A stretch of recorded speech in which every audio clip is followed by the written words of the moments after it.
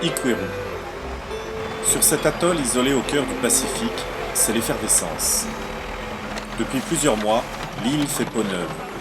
Car ici, on se prépare à recevoir pour la première fois des touristes. Un événement pour la petite communauté Paumotu qui n'en voit quasiment jamais. Mais dans 5 jours, l'île sera le spot idéal pour admirer une éclipse totale de soleil. De quoi attirer des chasseurs d'éclipses venus du monde entier. Le premier touriste est déjà là. Il s'appelle Jacques. C'est un routard qui profite de chaque éclipse pour découvrir un coin du monde. Tous les ans, je voyage minimum 2 mois dans l'année. Et le but du voyage, le plus souvent, c'est les éclipses. T'as le soleil, la lune va passer. Pour l'instant, Jacques est le seul sur place capable d'informer les habitants. Un rôle qu'il endosse avec plaisir. Il se passe, je ne sais plus exactement, 1 heure, 1 heure et demie. L'éclipse est toujours le prétexte à voyager et à rencontrer des gens. Ici, je rencontre des gens. Je ne suis pas le chasseur d'éclipses qui arrive 5 minutes avant et qui repart 5 minutes après. Jacques est du genre social. Comme on l'a accueilli à bras ouverts, il n'hésite pas à mettre la main à la pâte. Et le travail ne manque pas. Aujourd'hui, il va aider Coco et sa femme Teruru à terminer l'aire de camping prévue pour l'accueil des touristes. Au départ, les idées des touristes, c'était de vivre dans un camping. Ils vont arriver avec leur tente. Et ils nous ont proposé, pourquoi pas camper à la méthode Paumotu. Et à partir de là, nous avons voulu reprendre les habitations d'autrefois en palme de cocotier. Les jours arrivent, ils arrivent ce week-end, alors on est un peu stressé, mais ça va aller, parce qu'on est content de les accueillir et surtout content de voir qu'est-ce que c'est cette éclipse, qu'est-ce que c'est cet événement. Mais ce qu'on nous a dit, ça va être tout noir et qu'on ne peut pas regarder directement à l'œil nu, il faut porter des lunettes spéciales pour éclipse. 3 jours avant l'arrivée des touristes, il manque des palmes pour terminer les huttes. Alors, il faut mettre les bouchées doubles. C'est des vraies vacances. Je crois que les vacances, c'est ça, c'est d'aller voir les gens et de... Au lieu d'être à bronzer sur une plage, je ne peux pas bronzer sur une plage. Ça veut dire vous faites que ça de toute votre vie alors? Non, je fais ça que pendant mes vacances. Oui, mais pour l'éclipse? Oui. À chaque éclipse, vous êtes là? Ouais, j'essaye d'être présent à chaque éclipse. Et là, je suis impressionné que ça se passe ici, quoi. Et toutes ces personnes-là, ils vont venir là pour voir l'éclipse. C'est un peu bête, hein? Donc, pour moi, c'est un peu bête de venir loin, de payer tout ça juste pour 4-5 minutes. Je suis impressionné. Parce que, comme je suis croyant, j'ai foi en Dieu, alors quand je vois ça, ça me fait rappeler la fin du monde. Parce que comme c'est écrit, Dieu dit qu'il y aura des ténèbres. Alors j'imagine la même chose. Pour moi, ça me fait peur un peu. Ancrés sur leurs croyances ancestrales, les Paumotu manquent cruellement d'informations sur l'éclipse. Une situation qui inquiète Raymond, le maire d'Iquiru. On est au 3e millénaire et ça se passe en Polynésie. Donc il y a pas mal de populations ne sait pas c'est quoi l'éclipse. Et là, ils sont en train de passer à la télé pour informer. Mais quand je regarde l'information, c'est pour attirer les touristes. Grâce à l'éclipse, on a donné un bouffée d'air aux hôtels et tout ça, mais sans vraiment parler comment ça se passe l'éclipse. Puis à l'école aussi, l'école ils sont en vacances, il n'y a pas une explication aux enfants. Et maintenant, en tant que maire de la commune, moi, la sécurité avant tout, quoi. Donc je veux dire la sécurité au niveau des touristes et aussi bien pour la population. Pour pouvoir observer l'éclipse sans risque, Raymond attend la livraison de 200 paires de lunettes. C'est Jean-Luc, un de ses amis, qui doit les acheminer depuis la France. Mais les caprices de la mer le retiennent bloqué sur l'île de Hao, à 200 km de là. Raymond sait que sans lunettes, sa population court un risque. Il doit trouver une solution urgente. Maman, ça va? Ouais. Je t'appelle ce matin parce que je ne suis pas tranquille avec les lunettes de Jean-Luc parce qu'apparemment il prend le speedboat pour venir là-haut et moi quand je regarde le temps c'est impossible. Alors, tu vas te déplacer pour aller me chercher 200 lunettes, je ne sais pas moi, fais-moi un bon, la commune va acheter des lunettes. C'est la seule solution pour moi. Voilà, et puis il faudra embarquer ça, de remettre aux gendarmes qui vont arriver demain. On est jeudi, je m'inquiète, je m'inquiète. J'ai plus de confiance à ces lunettes-là. Pour moi, c'est beaucoup plus rassurant. Aujourd'hui, réunion de crise avec Marc, auxiliaire de santé spécialement dépêché de Tahiti pour l'Eclipse. Est-ce que la grandeur est séparée? Avec l'infirmière locale et les moyens du bord, il a préparé un exposé destiné à sensibiliser la population. 7h22, il y a le début de la lune qui commence à... Ouais. Alors ce qu'il faudra traduire, c'est que pour mettre les lunettes, il ne faut pas qu'il regarde le soleil, mettre les lunettes, il faut qu'il reste face au sol, mettre les lunettes et après lève la tête. Ok. Il y a quand même un petit risque de brûlure, même si c'est 30 secondes, surtout les enfants. Ouais. Ok. Ok. Ensuite, de là, on passe directement à la phase de l'éclipse totale. Ouais. 8h39. Là, ils peuvent enlever les lunettes pendant 4 minutes, 24 secondes. Ah, ils peuvent enlever les lunettes. Et c'est là où il y a le danger. Ah. Mais bon, on s'en aperçoit quand même parce qu'à un moment, on va voir un tout petit bout de lumière sur le côté. Ouais, et là, c'est très très vite. Hein. c'est au chronomètre que ça va. C'est au chronomètre. Hein. C'est surtout à ce niveau-là. Hein. Oui, mais le danger, c'est ça. Ouais. C'est ça qu'il faut expliquer à la population. Vendredi soir, je vais prier le Dieu du ciel pour dire mettez-moi des nuages devant. Comme ça, plus personne, il n'y a plus de problème. Il n'y aura personne qui aura les yeux brûlés. Avertir la population, c'est la mission des 2 policiers municipaux, Ivaroa et son chef, Tonton Touko.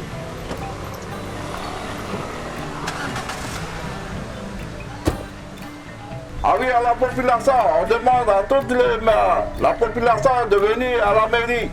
Il y a une réunion qui se déroulera à 5 heures. Ah oui, aux populations. Ah oui, à la population. Vous êtes demandé à venir à la mairie. On déclenche une réunion population à 5 heures. Si vous n'avez pas de lunettes, il faut passer à la mairie pour récupérer des lunettes. Si vous avez des sous, ben, il faut payer 300 francs une lunette. Papa ini deh, ibu harus baca pura depo. Ya, harus baca itu ada di mata. Mata pohir lah ya. Mata pohir harus itu mama di sini ada ya. Oh ya, harus. Opera tahu mau di mata no clips, no clips. Aja mata hier no mitra, no mata pohir.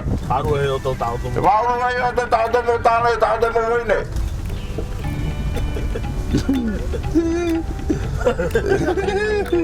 Alors maman Eliane, ça va? Vous êtes invité à venir chercher vos lunettes. C'est pas pour regarder des films, c'est pour regarder les clips. Là, tout à l'heure, on passe à côté la femme qui est là. Et elle rigole. Elle rigole. C'est la façon de parler à mon chef. Mais la population ici, ils sont habitués à rigoler, tu vois. Il faut que tu cherches un peu le moyen à attirer les personnes à venir à la réunion. Sinon, tu vas te retrouver tout seul à la réunion, il n'y a personne qui va venir. Ça va?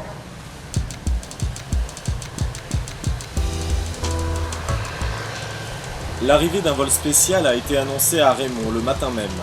À bord, son vieil ami Jean-Luc et les 200 paires de lunettes tant espérées. Ah ouais, Jean-Luc, c'est incroyable. Enfin y arriver. Tu crois que c'est possible? Ah oui. Je veux pas savoir le plaisir de me retrouver finalement ici. On est que 3. Le même jour, 2 gendarmes sont arrivés en renfort. Ils ont aussi emmené des lunettes. Avec son équipe au complet et 400 paires de lunettes pour 200 habitants, Raymond peut être serein pour la réunion de ce soir. Alors, pour moi, il y en a pas tout à fait pareil hei. No ti huara hipatiti mata e happy tato e mena hoi o nei amo. E ere me hono e mitina te wera tivi. Opone poni atu te fia me se do mas. Ho ena hipa e tupu mi te ia. Harero piti tautini hanere hitu horu maono e le tupu aho e o tato. 2166. C'est à peu près ça. J'ai un peu de connaissance pour ça. 2166. Alors c'est une nuit qui ne sera pas totalement sombre. Pour rassurer la population, Pourquoi? Parce que Jean-Luc vous a êtes, préparé une sur vidéoconférence. La lumière se réfractera. Donc on aura quand même une légère lumière. Mais malgré ces explications, les parents autour restent Très très inquiets. loin, on aura un coucher de soleil, mais partout, tout autour. Et on sera complètement quand même dans l'ombre. On peut tous se retrouver là. Leur crainte se révèle au moment où Jean-Luc propose un lieu de rendez-vous. Si les gens peuvent se réunir là à partir de 6h30. C'est un peu plus loin du cimetière alors.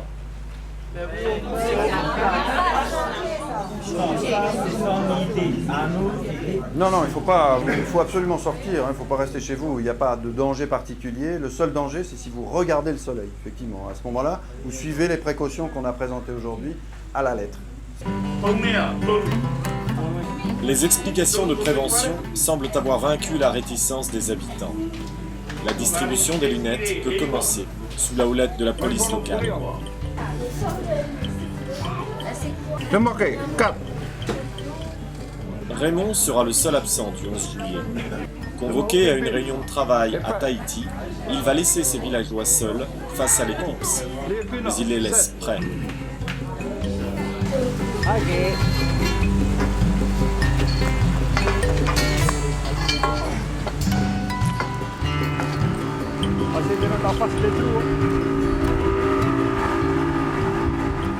Le lendemain, un important comité d'accueil a embarqué avec Raymond sur la navette locale. Il faut traverser le lagon pour rejoindre l'aéroport qui se trouve sur un autre îlot. Comme Raymond part à Tahiti, c'est Teruru qui est chargé d'accueillir le tout premier groupe de touristes de l'histoire d'Ikweru. Alors il y a tout un groupe de scientifiques qui arrivent chez nous à Ikweru. On m'a dit qu'ils ne parlent pas même pas un mot en français. Alors c'est l'anglais de l'école. Et l'école, il y a... Et comme je ne la pratique pas souvent,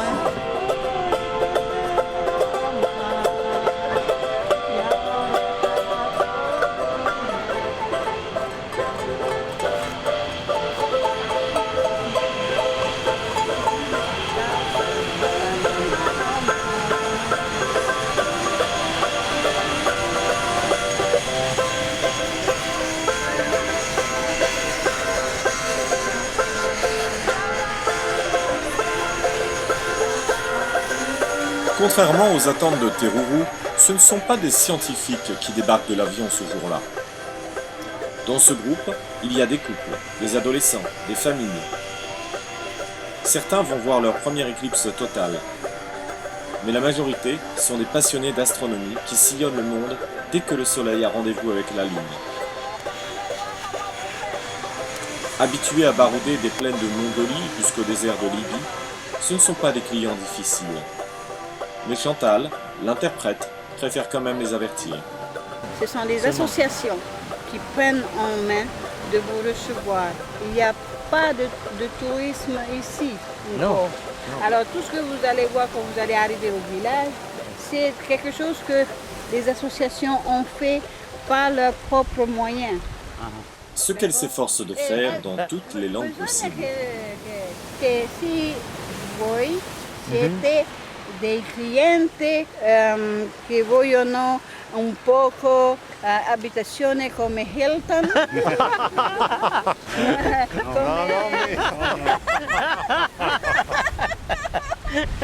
I'm used to traveling, yes. And to sleep everywhere. Everywhere. I don't worry about the accommodation here. I don't care. I'm used to sleeping everywhere, and I don't care if they mix and mingle or whatever they do. Like in Madagascar, we just went like there's a stream, and okay, or like in the Sahara Desert, you just come off your camel finally, and you just take your sleeping bag and you say, that's where I sleep. That's it. Just like that.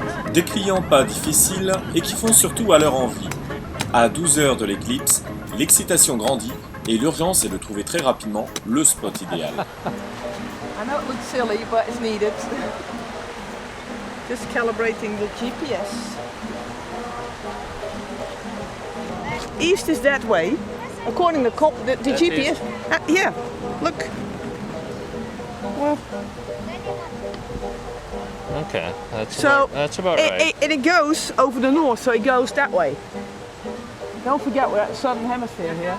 Right, but it's set over there, so that would suggest it's northwest. Yes, you're right.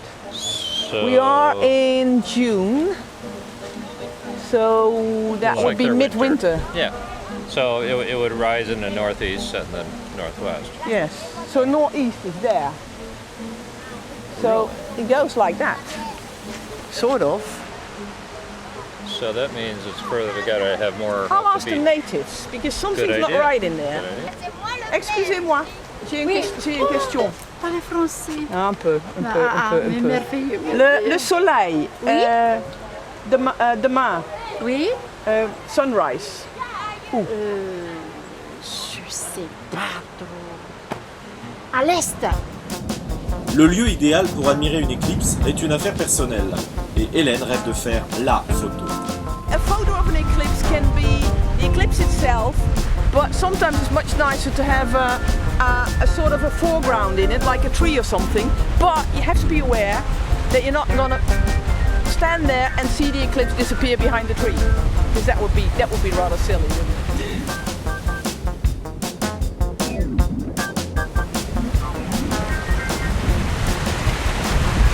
Could be good here. The eclipse is early in the morning, so it will be just above those trees. I hope. In theory.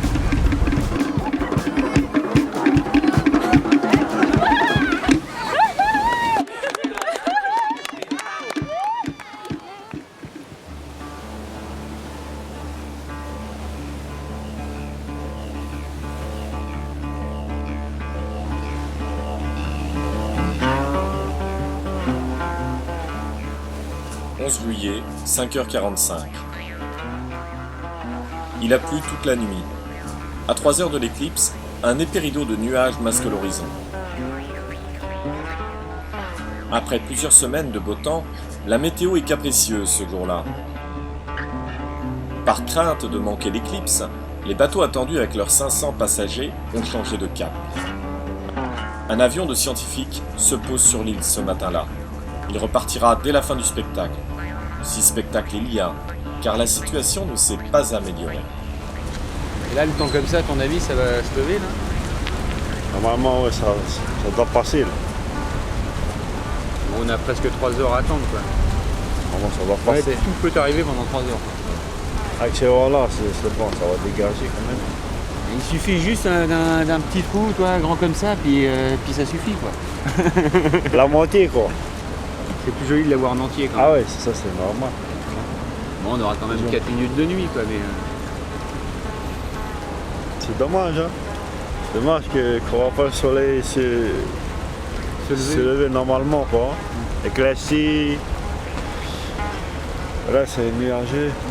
C'est nuageux, mais c'est pas non plus complètement couvert, quoi. Il y a quand même pas mal de trous dans les nuages.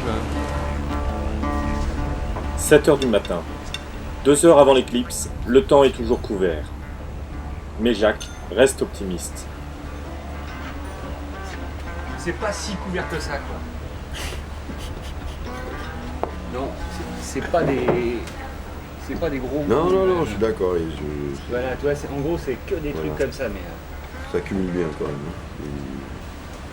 C'est qui le dieu du vent chez vous, ici? C'est chez nous? Ouais. Comment il s'appelle? Il y en a beaucoup, quoi. Il y en a beaucoup? Ouais. Chaque direction de vent a son... Il y en a beaucoup. Il y a Marangai. Marangai? Ouais. Marangai. Allez, on s'y met.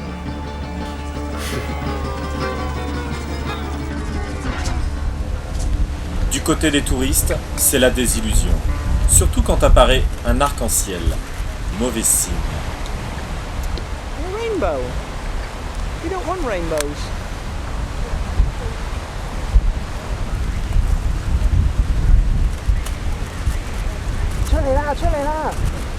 À 7h23, le premier contact est clairement visible. Sun's coming out. Wow. La lune commence à masquer le soleil. Wow. A bit of cut. Yes. Il reste 1h15 avant le grand spectacle. All we can do is hope that the clouds stay away. But at least we're in the right spot.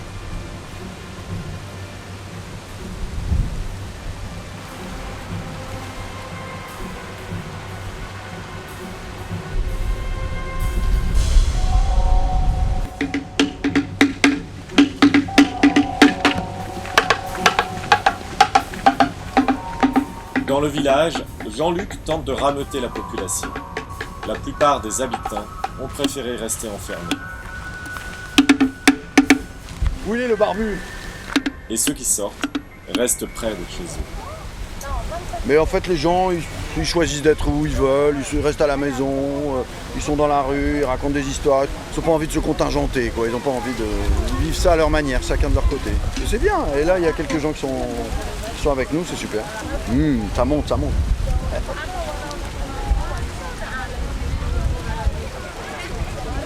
Suspense. Un quart d'heure avant le noir total, le lagon se teinte d'une lumière irréelle.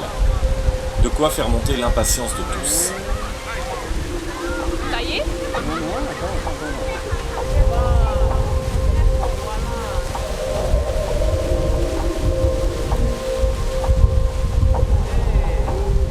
Ah, c'est joli, hein? Waouh! Salut, on est Magnifique! Eh ouais! C'est super!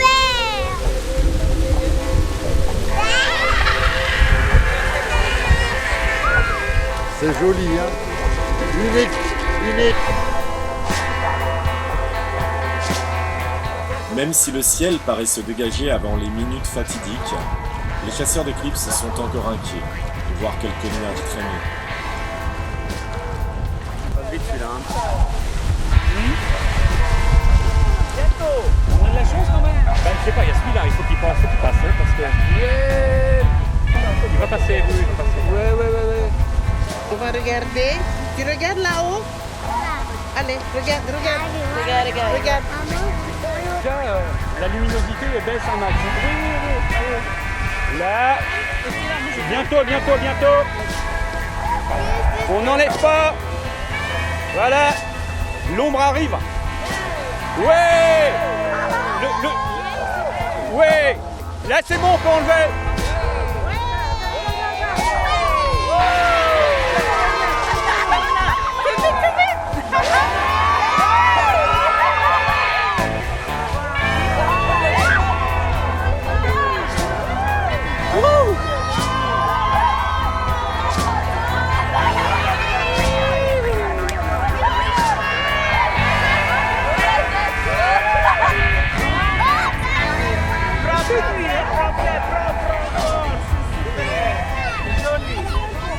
En fait, là, il est 9h, je crois, et c'est sombre, hein? Moi, je l'ai pas fait. C'est magnifique. C'est une première magnifique. Béni. On est béni. Attention. Remettez les lunettes.